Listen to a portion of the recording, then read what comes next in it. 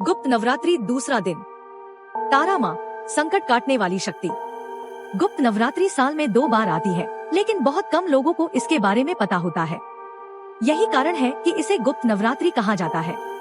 यह नवरात्रि दिखावे की नहीं होती, न कोई ढोल, न कोई भीड़, न कोई बड़ा आयोजन। यह नवरात्रि उन लोगों के लिए मानी जाती है जो चुपचाप अपने जीवन के संकट माता के चरणों में रखना चाहते हैं।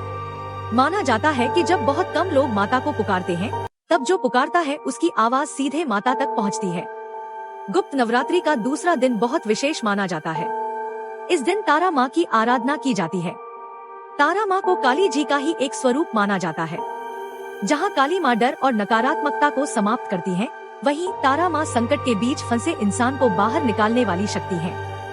तारा का अर्थ होता है तारने वाली, यानी जो डूबते हुए को भी पार लगा दे। अब इस दिन से जुड़ी एक बहुत गहरी और रहस्यमय कथा बताई जाती है, जिसे सुनकर समझ आता है कि गुप्त नवरात्रि का दूसरा दिन इतना महत्वपूर्ण क्यों माना गया है।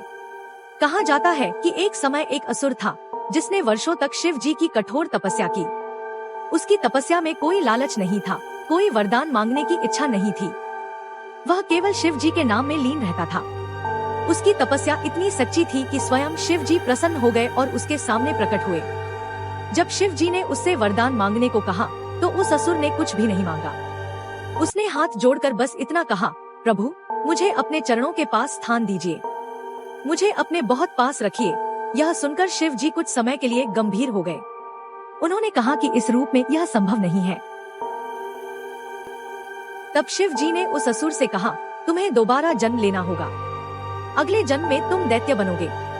जब तुम दैत्य बनोगे, तब तुम अधर्म की सीमा तक पहुंच जाओगे, और जब अधर्म अपनी अंतिम सीमा पार कर लेगा, तब उस अधर्म को काटने के लिए आदि शक्ति स्वयं प्रकट होंगी। शिव जी ने आगे कहा, तुम्हें थामने के लिए, तुम्हारे अधर्म को रोकने के लिए काली जी के स्वरूप में तारा माँ प्रकट होंगी।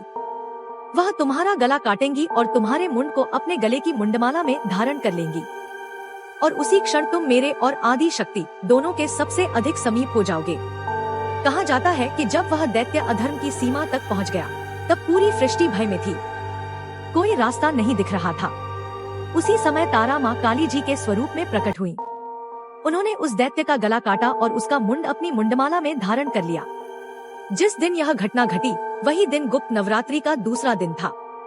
इसी कारण माता को तारा कहा गया, संकट के बीच से तारने वाली, जो कटने की स्थिति में पहुँचे जीवन को भी बचा ले। यही कारण है कि तारा माँ को संकट कट्टी शक्ति कहा जाता है। गुप्त नवरात्रि का दूसरा दिन उन लोगों के लिए बहुत खास माना जाता है, जिनके जीवन में संकट लगातार बना हुआ हो।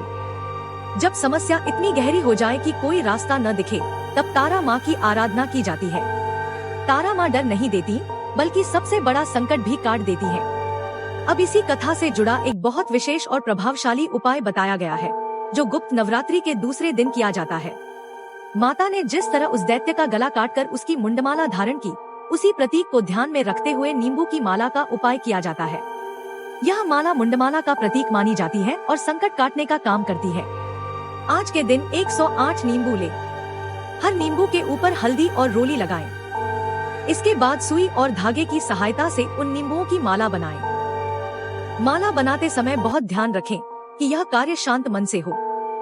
हर नींबू में अपनी एक इच्छा मन ही मन बोलते जाएं। जिस तरह माता ने दैत्य का गला काटा और उसकी मुंडमाला धारण की, उसी तरह आप अपने जीवन के संकट को काटने की प्रार्थना करें। नींबू की यह माला बनाते समय किसी से बात न करें और न ही अपनी इच्छा किसी को बताएं। यह उपाय पूरी तरह गुप्त रखा जाता है। माना जाता है कि हर नींबू में बोली गई इच्छा माता तक पहुंचती है। यह माला संकट काटने और बड़ी मनोकामनाओं के लिए की जाती है। जब माला पूरी हो जाए, तो उसे माता के सामने रखें और तारा माँ का ध्यान करें। मन ही मन कहें कि जिस तरह आपने अधर्म की सीमा को काटा, उसी तरह मेरे जीवन की बाधा भी काट दीजिए। यह उपाय पूरे विश्वास और श्रद्धा के साथ किया जाता है। गुप्त नवरात्रि का दूसरा दिन यही सिखाता है कि जब संकट अपनी चरम सीमा पर पहुंच जाए, तब भी माता रास्ता बना देती है। तारा माँ उन भक्तों के लिए है जो टूटने की कगार पर खड़े होते हैं। अगर आपके जीवन में कोई ऐसा संकट है जो कटने का नहीं, और हमारे साथ जुड़े रहें।